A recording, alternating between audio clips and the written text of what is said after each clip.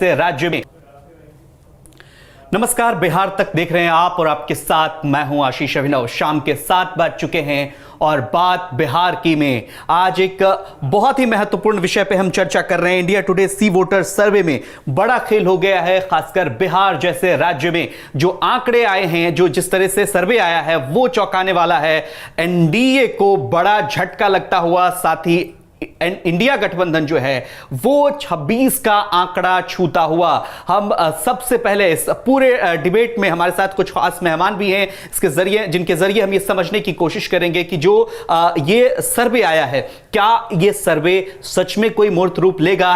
क्या बिहार में नतीजे भी इस तरह से ही आने वाले हैं? 2024 का चुनाव बेहद ही दिलचस्प चुनाव हो चला है बिहार के लिहाज से। कई तरह के सर्वे रिपोर्ट अब तक आपने देखे और तमाम में 20 से 22 कहीं दावा किया गया, लेकिन जो सी वोटर सर्वे है, इंडिया टुडे ग्रुप का सी वोटर सर्वे, इसमें 26 सीटें हम एक एक कर ग्राफिक्स के जरिए भी आपको दिखाने की कोशिश करेंगे कि भारत देश भर में क्या कुछ स्थिति है, बिहार में क्या कुछ स्थिति है, बिहार में पार्टियों की कैसी स्थिति है। तमाम मुद्दों पर हम चर्चा करेंगे और इस सीटों का विश्लेषण भी हम समझेंगे। हमारे साथ दो खास मेहमान, डॉक्टर आलोक पांडे सर, बहुत बहुत स्वागत है आपका। राजनीतिक विश्लेषक हमारे साथ जुड़े हुए हैं, बिहार की राजनीति पर बेहतर समझ रखते हैं, और साथ ही साथ वरिष्ठ पत्रकार विनय कुमार, लंबे समय से बिहार तक पर, जिन्हें आप सुनते रहे हैं और कई बार इस सर्वे रिपोर्ट से पहले भी उन्होंने इस तरह की बात हमारे साथ इस चर्चा के दौरान की भी कि इस तरह के आंकड़े आ सकते हैं। और कमोबेश जो अभी तक रिपोर्ट है, उस रिपोर्ट के जरिए आप ये देखेंगे और आज विनय सर से हम जानने की कोशिश करेंगे कि ये जो आए हैं इसमें क्या आप कमी देखते हैं, क्या आगे चल करके और ये आंकड़ा बढ़ने वाला है, क्या घटने वाला है, भारतीय जनता पार्टी की क्या स्ट्रेटजी होगी, छोटे दलों की क्या स्ट्रेटजी होगी। ये बहुत महत्वपूर्ण हो जाता है, क्योंकि यहां पर आप देखेंगे जो भी छोटे दल हैं उनको एक बड़ा नुकसान होता दिख रहा है। हम स्वागत करेंगे दोनों ही मेहमानों का, बहुत बहुत स्वागत। विनय सर, शुरुआत आपसे। जो सी वोटर का सर्वे है, बिहार में तो नीतीश तेजस्वी ने बाजी पलट की अगर बात करें, उसकी ऑथेंटिसिटी काफी अच्छी रहती है, इस पे हम लोग पर चर्चा कर सकते हैं, क्योंकि इंडिया टुडे सी वोटर कोई हवाई या बायस सर्वे कभी नहीं करता। ये बहुत लंबा समय का इतिहास है। तो और बिहार की जाति जो व्यवस्थाएं हैं, जेडीयू आरजेडी, वो बहुत स्ट्रांग है। हालांकि हम उपचुनाव में बीजेपी को इन दोनों से लड़ते हुए देख पा रहे थे, लेकिन ये बात भी सच है कि उपचुनाव 1 या 2-3 जगहों पर होता है, लेकिन जब पूरे राज्य का चुनाव आता है तो जो आरजेडी जेडीयू का सामाजिक समीकरण है वो बीजेपी के सामाजिक समीकरण से मजबूत दिखाई दे रहा है। कम से कम इंडिया टुडे सी वोटर के सर्वे से तो बिल्कुल सही बात है। लेकिन जो ये कहा जा रहा है कि बीजेपी को 272 से नीचे लाना है, तो जब आपका सर्वे अभी आगे चलेगा तो पता चलेगा कि उसमें तो बीजेपी वहीं पर खड़ी है, उससे कुछ पायदान आगे खड़े हुए दिखाई देती है। लेकिन बिहार तक में अगर बिहार की बात करें, जी बिहार तक में हम बात करें तो देखिए, बिहार हमेशा सत्ता विरोधी लहर के साथ हमेशा रहती है। इंदिरा गांधी कितनी ताकतवर नेता थी, लेकिन जयप्रकाश नारायण निकले बिहार से और बिहार की राजनीति से, या बिहार को उद्वेलित किया जब उन्होंने, तो इंदिरा गांधी के पैर उखाड़ दिए। हालांकि इसमें फिर हम आगे भी जाएंगे कि इंदिरा गांधी के जब पैर उखाड़े थे तो इंदिरा गांधी ने आपातकाल लगाया था, तो उसमें आगे भी हम लोग पर चर्चा करेंगे। लेकिन ये बात सरप्राइजिंग बिल्कुल नहीं है। बीजेपी बिहार में कमजोर है, इसीलिए 17 साल से मैक्सिमम समय तक वो नीतीश कुमार को मुख्यमंत्री बना रही थी। उसका वोट एक लिमिट से बढ़ रहा है। जी बिल्कुल बिल्कुल बढ़ रहे हैं। कांग्रेस पार्टी बढ़ रही है। कांग्रेस पार्टी सी वोटर सर्वे के जरिए अगर आगे बढ़ रही है तो सीट की डिमांड भी अब 4-5 पे नहीं रुकने वाले हैं कांग्रेस पार्टी वाले। वो भी कहेंगे भाई कि 10 सीट कम से कम हम चुनाव लड़ेंगे ही लड़ेंगे। माथापच्ची तो यहां भी शुरू होगी सर्वे के बाद। देखिए आशीष जी, इसमें ये खेल ये है कि अगर ये महागठबंधन बीजेपी के लिए बम है, क्या इसका असर भी पड़ने वाला है? क्योंकि हमारा बिहार का बहुत बड़ा हिस्सा उत्तर प्रदेश की राजनीति से बहुत इफेक्टेड होता है। आप देखिए, अगर चुनाव प्रचार में योगी आते हैं, जो बॉर्डर का पूरा एरिया है उसमें वो काफी इफेक्ट करते हैं। भले अभी सर्वे ये आ रहे हैं हमारे कि सर्वे इंडिया के पक्ष में है, लेकिन जब उत्तर प्रदेश की राजनीति अपने चरम पर होगी और उसके साथ साथ ही बिहार चल रहा होगा, तो क्या ये नंबर आगे पीछे होंगे और उत्तर प्रदेश का असर बिहार पर भी आने वाला है? उत्तर प्रदेश बिहार दोनों बिल्कुल एक जुड़वा भाई की तरह हैं, और पूर्वांचल बिल्कुल बिहार की संस्कृति भाषा तक बिल्कुल मैच करता है। और पूर्वांचल पर योगी जी का प्रभाव गोरखपुर से लेके उस पूरी पट्टी में साफ दिखाई देता है। देखिए आपके सर्वे की बात, तो सर्वे आपका साथ 72 सीटें दिखा रहा है उत्तर प्रदेश में, 70 बीजेपी और 2 उनके सहयोगियों के लिए। तो ये अगर सर्वे और जब इतनी बम्पर जीत होती तो 72 से प्लस माइनस 2-4% इधर उधर जाएगा, तो ये 75-77 तक भी जा सकता है और 65 तक भी आ सकता है। मेरा अपना मानना है, मैंने यूपी तक में कहा था कि 74-75 सीटें बीजेपी को मिलेंगी यूपी में, 72-73 और प्लस 2-3 उनके सहयोगियों को। तो आपका सर्वे लगभग उतना ही बता रहा है, 72 बता रहा है, मैंने 74-75 कहा था। तो आप देखेंगे कि 74-75 तक बीजेपी जाएगी। बीजेपी का लक्ष्य 100 सीटें हैं गुजरात और उत्तर प्रदेश से करने के लिए। अब रहेगी बात कि उत्तर प्रदेश का बॉर्डर का प्रभाव ना आए बिहार पर, बीजेपी कोशिश करेगी। आज के बाद बीजेपी अपनी रणनीति बदल देगी और बीजेपी अब उन 10 जगहों पर, अभी मैं था दोपहर में, बीजेपी 10 लोकसभा सीटों पर और गंभीरता से प्रयास कर रही है, जहां उसके केंद्रीय मंत्री वगैरह जा करके वो जो 2000-4000 से जो हार सकते हैं सीटें, वो सर्वे में आपकी उन्होंने जरूर निकालने की कोशिश की होगी, और उसे 24-25 तक बीजेपी उत्तर बिहार में भी ले जाने की कोशिश करेगी। उसमें योगी आदित्यनाथ टूल की तरह काम आएंगे। पहलू भी है आलोक जी, इसका एक दूसरा पहलू भी है।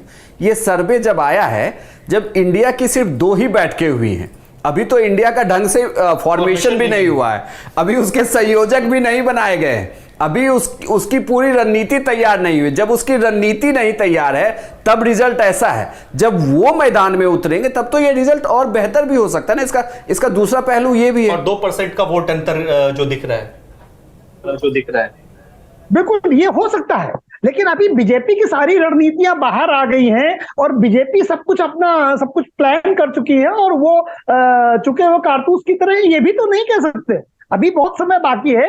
भारतीय जनता पार्टी तो बहुत मैनेज्ड मैकेनिज्म से चलती है, सबसे ज्यादा तो ऑर्गेनाइज चुनाव वही लड़ते हैं। तो ये कहना कि बीजेपी बिल्कुल सब कुछ अपने पत्ते खोल चुकी है और इंडिया के पत्ते आने बाकी हैं, ये भी नहीं है। आज की स्थिति में जितना बीजेपी कर रही है, जितना इंडिया कर रही है, उस हिसाब से हम लोग बात कर रहे हैं। अभी दोनों अपने पत्ते खोलेंगे और उन पत्तों में सबसे बड़ी बात यह होगी कि नीतीश कुमार जी की भूमिका क्या रहने वाली है। उत्तर भारत में नीतीश कुमार जी की भूमिका को नकारा नहीं जा सकता है। ठीक है, ठीक है। चाहूंगा एक बार देश स्तर पे जो सर्वे है वो भी दिखाएं। हालांकि देश स्तर पे एनडीए को 306 और कांग्रेस को, गठबंधन को 193 और अदर्स को 44 दिखाया गया है इस इंडिया टुडे सी वोटर सर्वे में। लेकिन जो बिहार का आंकड़ा है लोग सर, उस पर हम बात कर लेते हैं। जेडीयू ने अपनी टीम को एक तरफ मजबूत किया है, क्या लगता है कि इसका दबाव नीतीश कुमार दिखाना चाहेंगे आने वाले 31 तारीख और 1 तारीख की बैठक में, और वहां से संयोजक वाली बात जो है वो पुरजोर तरीके से आरजेडी और जेडीयू उस मीटिंग में उठाने वाली है? देखिए मेरा मानना है कि नीतीश कुमार को ये करना ही पड़ेगा कि वो मजबूत स्थिति में आए, लेकिन लालू यादव ने बहुत मजबूत केंद्र में भी होने दें, ये मैं मान के चलता हूं कि संभव नहीं है। लालू यादव जी अभी चाहते हैं बीजेपी के साथ नीतीश कुमार जा नहीं सकते, ऐसी स्थितियां है नहीं है। अब नीतीश कुमार जी के पास एक ही चॉइस है कि लालू यादव जी के साथ रहे। अब जब उनके पास कोई चॉइस बची नहीं है, पिछले 15-16 सालों बाद एक पहली बार ये स्थिति आई है, तो पास कोई ज्यादा चॉइस नहीं है। तो लालू यादव किसी भी कीमत पर नीतीश कुमार जी को संयोजक नहीं बनने देंगे। उन्होंने अपने बयानों से सिद्ध करना शुरू कर दिया है। और अगर 3, 4, 5 संयोजक बनते हैं तो फिर यह संदेश कैसे जा पाएगा कि ये यूनाइट है। 4-4, 5-5 राज्यों के संयोजक बना करके आप यूनिटी क्रिएट नहीं कर सकते। और मैं फिर भी कहता हूं कि नीतीश कुमार नर्मदा के ऊपर के विपक्ष के एक बड़े चेहरे हैं। अब आप ये मत जाइए कि उनके पास 43 विधायक है और ये चीजें, एक जो संयोजक की भूमिका में, मैं नहीं कह रहा हूं कि प्रधानमंत्री बन जाए, लोगों को जोड़ने की भूमिका में नीतीश कुमार से अच्छा कोई नहीं हो सकता। हालांकि जो इंडिया गठबंधन के नेता हैं, चाहे ममता बनर्जी हो, चाहे अरविंद केजरीवाल हो, चाहे राहुल गांधी हो, ये इनके नाम पे सहमत होते हैं नहीं होते देखने की बात है। लेकिन नीतीश कुमार जॉर्ज फर्नांडिस की भूमिका निभा सकते हैं, मैं ये कहना चाहता। ठीक है, यही सवाल बात करें तो बीजेपी और आरजेडी जेडीयू को छोड़ दे तो आपको क्या लगता है कि ऐसी कौन सी पार्टी है जो इस लोकसभा चुनाव में जिसके साथ से दोनों तरफ की बात बन सकती है, जो सबसे बड़ा फैक्टर वहां पर काम करने वाला है? देखिए आपके सर्वे से तो मुझे कांग्रेस की बल्ले बल्ले लग रही है। 1 से 4 सीटें हैं, तब ठीक है, 4 गुना बढ़ी ना, जहां से बढ़ी। और आप देखेंगे जैसे उत्तर प्रदेश में आपने दिखाया कि कांग्रेस की 1 ही सीट है, लेकिन 2-2.25% से मत उसका 8% हो गया है। तो इसका मतलब अगर उसकी सीट 1 से 4 हो रही है तो कांग्रेस ही ऐसा है जो 22 प्लस 4 26 सीटों तक लेके जा रही है, और जो 22 सीटों पर भी प्रभाव कांग्रेस का जरूर रहा होगा। इसका मतलब यह है कि बिहार में कांग्रेस रिवाइव करने जा रही है। अब इससे आरजेडी जेडीयू कितना कंफर्टेबल होंगे वो समय बताएगा, लेकिन कांग्रेस एक छुपा रुस्तम के रूप में है। और जो राहुल गांधी की भारत जोड़ो यात्रा है, या जो कर्नाटक विजय है, या जो कांग्रेस की अपनी और जो रणनीतियां हैं, उसका प्रभाव भी हमें बिहार में दिखाई देते हुए दिखाई दे रहा है। और अगर कहीं जो राहुल गांधी की जो यात्रा इधर दोबारा शुरू करने की पर चर्चा हो रही है, तो कांग्रेस एक छुपा रुस्तम निकल सकती है और जेडीयू आरजेडी गठबंधन को ज्यादा बेहतर फायदा दे सकती है, क्योंकि अगर चीजें बदलेंगी तो स्विंग होंगे। हो सकता है कि 26 या 36 भी हो जाए, हो सकता है 26 की जगह 12 भी रह जाए, क्योंकि जब जनता देती है तो बिहार में भी ये यात्रा होने वाली है। बिहार के लिए भी टेंटेटिव प्लान में हिस्सा है, जहां से राहुल गांधी की भारत जोड़ो यात्रा का जब सेकेंड फेज शुरू होगा तो उसके लिए उन्होंने टेंटेटिव प्लान किया हुआ है कि बिहार से भी हो सकती कि यात्रा 4 दिनों तक बिहार से वो गुजरे, बिहार के अलग अलग लोकसभा क्षेत्र से गुजरने वाली है। सवाल विनय जी आप अभी इन जो 4-5 राज्यों के चुनाव हैं, जिसमें जो प्रमुख है राजस्थान है, मध्य प्रदेश है, छत्तीसगढ़ है, ये जो 3 प्रमुख बेल्ट है हिंदी भाषी बेल्ट वाले, इसमें ये इस चुनाव के बाद कांग्रेस और राहुल गांधी की भूमिका तय होगी। लेकिन हालांकि जितना मेरे नॉलेज में चीजें हैं, कांग्रेस इस बात के लिए तैयार है कि वो कोई ईगो नहीं पालेगी, वो इंडिया गठबंधन को जोड़ने की कोशिश करेगी और जिस लेवल तक संभव है वो एडजस्ट करेगी, सेक्रीफाइस करेगी। क्योंकि यह मानना है कि 2024 में बीजेपी को या एनडीए को किसी भी कीमत पर हराना है, तो कांग्रेस की भूमिका बड़ी होगी, और जो बड़ा होता है वो एडजस्ट भी ज्यादा करेगा। तो कांग्रेस एडजस्ट करने के लिए तैयार है। राहुल गांधी वैसे भी बहुत ज्यादा नेतृत्व के लिए अभी कम से कम नाक की बात नहीं मान रहे कि नहीं हम ही नेतृत्व करेंगे। लेकिन अगर राजस्थान, मध्य प्रदेश, छत्तीसगढ़ में कांग्रेस बहुत बेहतर कर जाती है, तो स्वाभाविक रूप से इंडिया गठबंधन के ऊपर यह दबाव होगा कि वो राहुल गांधी के नेतृत्व में आगे चले।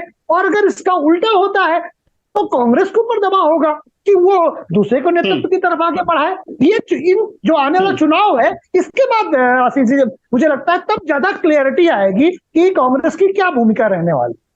ठीक है विनय सर, ये शुरू होगी राहुल गांधी की दूसरी भारत जोड़ो यात्रा पार्ट 2, और आने वाले दिनों में और भी नेता, चूंकि ये जो बैठक होने वाली है मुंबई में, ये बहुत कुछ तय करने वाला है। और निश्चित रूप से ये इस पर भी जरा प्रकाश डालिएगा कि क्या इतने सारे दल जो हैं, कुर्बानी कईयों को देनी पड़ेगी इस बैठक में, कुर्बानी कौन देगा इस पर भी चर्चा होगी क्या?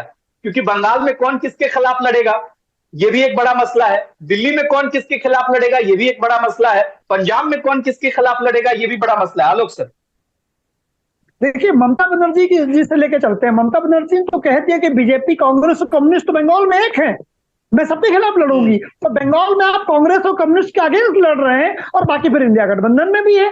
अरविंद केजरीवाल छत्तीसगढ़ में राज्य की चुनाव में चुनाव लड़ते हैं, अगर हम लोकसभा में एक हैं, तो ये कंट्रोवर्सी तो है इंडिया गठबंधन में, और इनको ये कंट्रोवर्सी को सॉल्व करना होगा। क्योंकि आप 3-3, 4-4 महीने के अंतर में एक बार अलग लड़े चुनाव, एक बार साथ में लड़े, जनता मुझे नहीं लगता कि इस बात को बहुत ज्यादा स्वीकार करने वाली है।